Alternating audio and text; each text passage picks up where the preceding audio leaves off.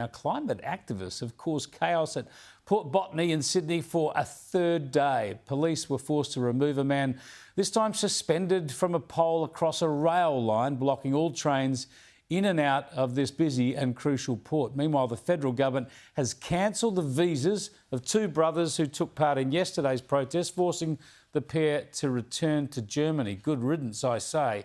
Paul Toole is the acting New South Wales Premier and he's the Police Minister. He joins me now from Parliament House in the CBD.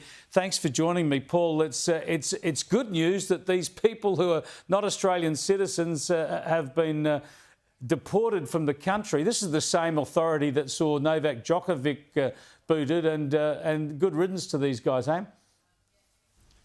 Mate, I absolutely agree with you, Chris. And this is the best news that I've heard. Yesterday I was talking to New South Wales Police and they were actually talks with Border Force, and we're actually trying to ensure that these two German national students, they're over here meant to be studying. Well, clearly it shows that they're not studying. They've got more time involved in doing protests, and the best thing is now to actually see them being deported and going back to Germany. Now, one of them still been refused bail. He has to remain in custody until the 30th of March. Then he'll be sent to Villawood, and then he's going to be sent back home. And you are right, good riddance. We don't want you here. Well, they're expanding coal-fired generation in Germany, extending the lives of their coal-fired power generating plants, so they've got plenty to protest about back there, no doubt.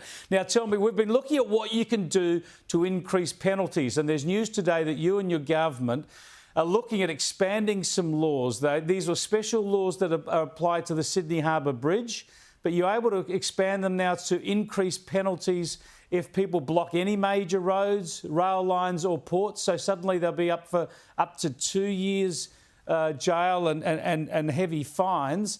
That's good news. How quickly can you do that? But how much faith do you have that the courts will actually follow through?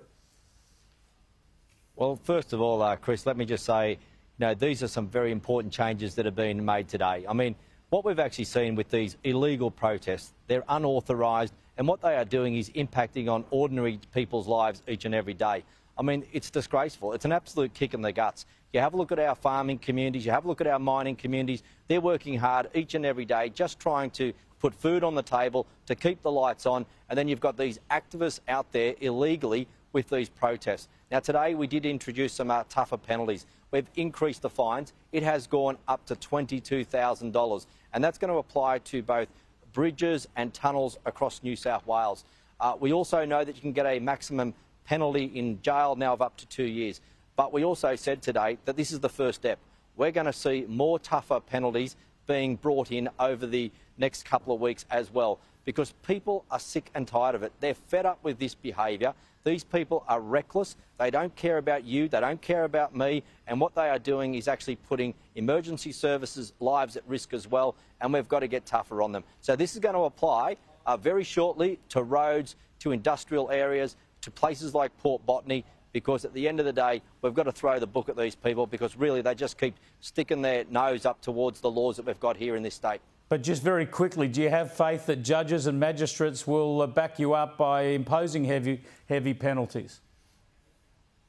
I'll tell you what, we'll have a look at that if they don't, because we're introducing the penalties. We're introducing stronger penalties to be able to take actions against these individuals. And, if they don't back us in, then we'll have to have a look at what we need to do there with our magistrates, because, I see my police, they go and do an incredible job out there, doing the hard work, putting these people up to the courts, and then sometimes they get let off too easily.